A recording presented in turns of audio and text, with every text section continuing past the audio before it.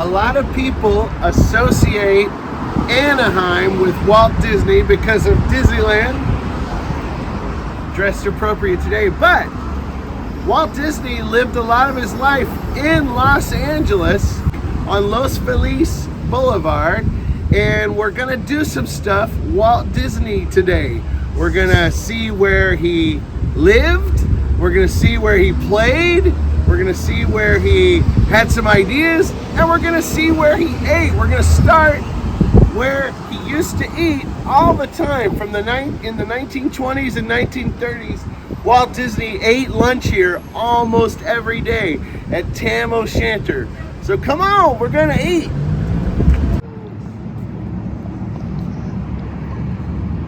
We are here at Tam O'Shanter's. Wow, it's beautiful. This is the oldest restaurant in the Los Angeles area that is still family owned and operated and has been here for over 100 years. Founded by Lawrence Frank and Walter Vandekamp, who went on to establish Lowry's restaurant chain and, yes, the seasoning salt. This was built in the 1920s storybook style, and there are a few examples left in Los Angeles from that time. Very close to the Disney studios, Walt and his team had lunch here very often. Table 31 was the preferred spot, and that's where we sat. In fact, this table was donated by the Disney Archive with a plaque and etchings in the top of the table taken from cocktail napkins that the Disney artists drew on while they dreamed up attractions and movies. The style of this place seems like more than a coincidence, knowing they were developing Snow White and the Seven Dwarfs while eating lunch here. And there's a reason this place has been around this long. As well as a great history, the staff were awesome and the food was very, very good. We had the fish and chips. Amy, we are 1.5 miles away from Tam O'Shanter here in Los Feliz, the Los Angeles area, and we are looking at, right behind the Rondalorian there, Walt Disney's first home he built here in Los Angeles. Him and Roy lived with their uncle when they first came, and then they bought this property and built homes right next to each other. So this is Walt and Lillian's house. This is Roy's house. What was his wife's name? Edna. Roy and Edna lived here in this house. They built identical homes to each other. But a specific note, they lived here for, I think, 5 years. And right here in this garage, 2495 Lyric Avenue in Los Feliz, is where this guy, right here, it's where they created Mickey Mouse. The very first Mickey Mouse cartoons were produced in that garage, 2495 Lyric Avenue. I can't believe it. Is your mind blown? We're at the birthplace of Mickey. We're just about 5 minutes from where we were at Lyric Avenue at the first home, and this is the next home. So the Disney Studio won an Academy Award for The Flowers and the Trees, Silly Symphonies.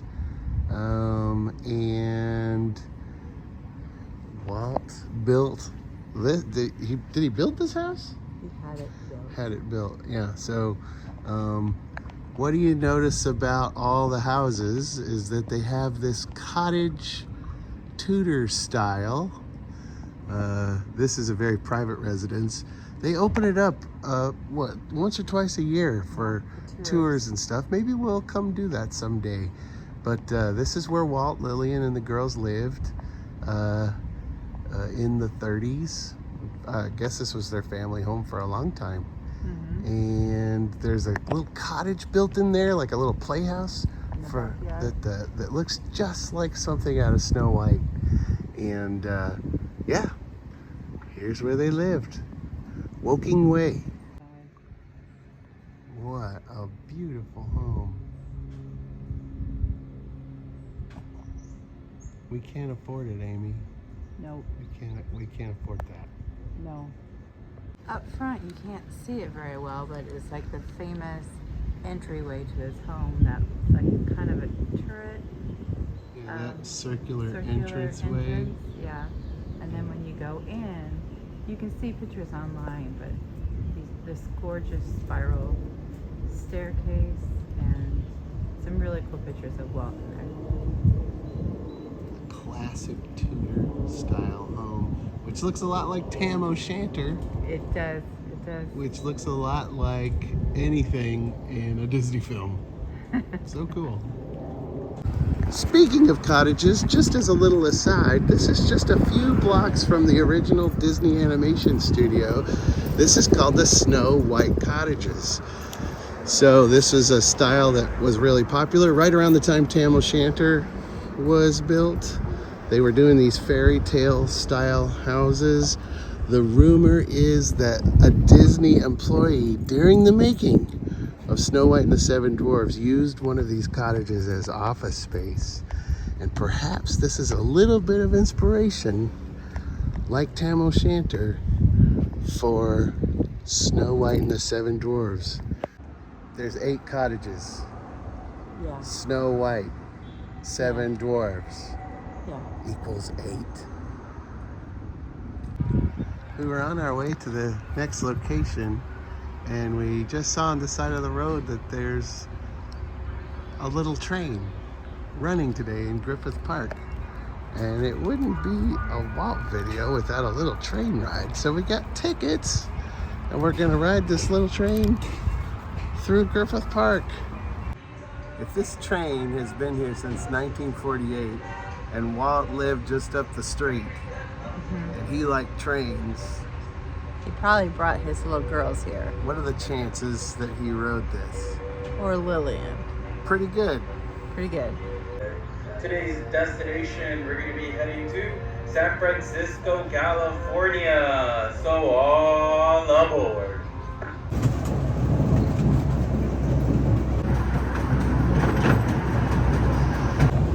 We're on a little train. We've been talking about Walt Disney all day, and look at what is here. Snow White and a cottage. Pulling back into the station. Speaking of Walt Disney and trains, we've come to the site of the LA Live Steamers. They run the little trains here along this track, but they also are the site of Walt's Carolwood Barn. What's the deal with Carolwood? Carolwood is the street that Walt and Lillian lived on. It's the last place Walt lived. And here comes a little steamer now. Well, there they go. Hey! That's the kind of little train Walt liked. Yes.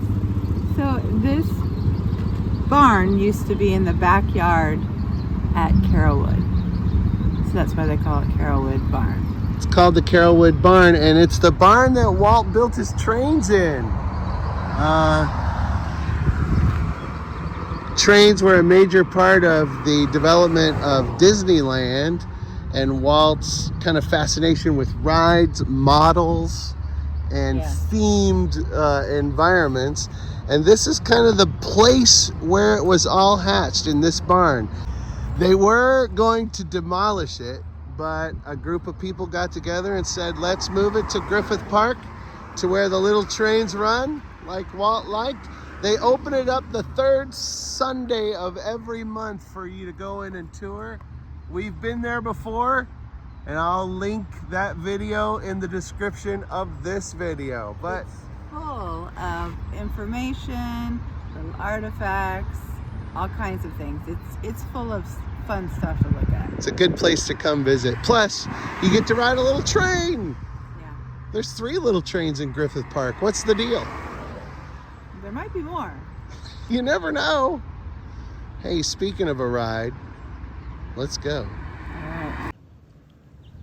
It's super duper closed up today. In fact, it's so closed, it feels like it's closed for not ever, but maybe for a while now. Google says it's temporarily closed. So this is the carousel at Griffith Park. And this is a ride. This is an attraction that Walt talked about bringing his daughters to. And in fact, there's a picture right here. So I'll zoom in. That's the girls, Diane and Sharon. So he'd bring his girls here, buy a bag of peanuts, and sit on a bench. Actually, right there. it's just on the other side of the wall. The bench is there in the picture. They have one of these benches at Disneyland.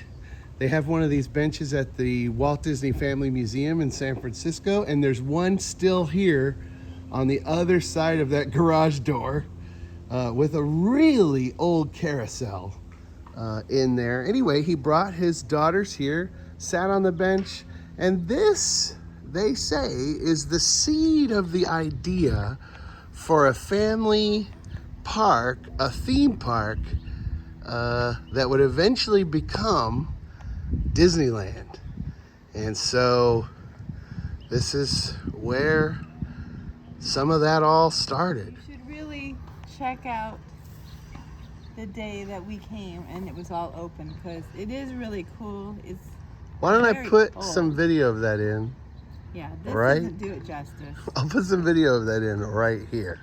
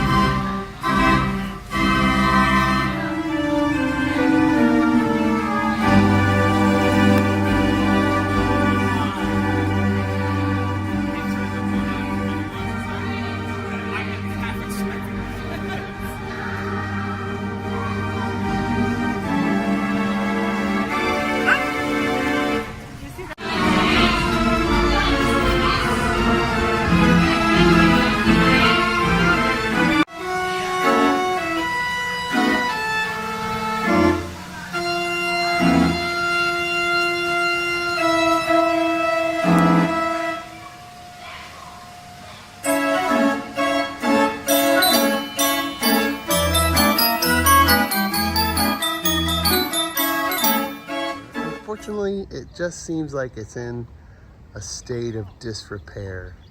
So, hey, we've shown you where Walt ate. Tam O'Shanter was delicious. We've shown you where he lived, a couple of the places. We've shown you where he dreamed. And we show you where he played at his barn making trains. And now it's time to... You know, show the cats.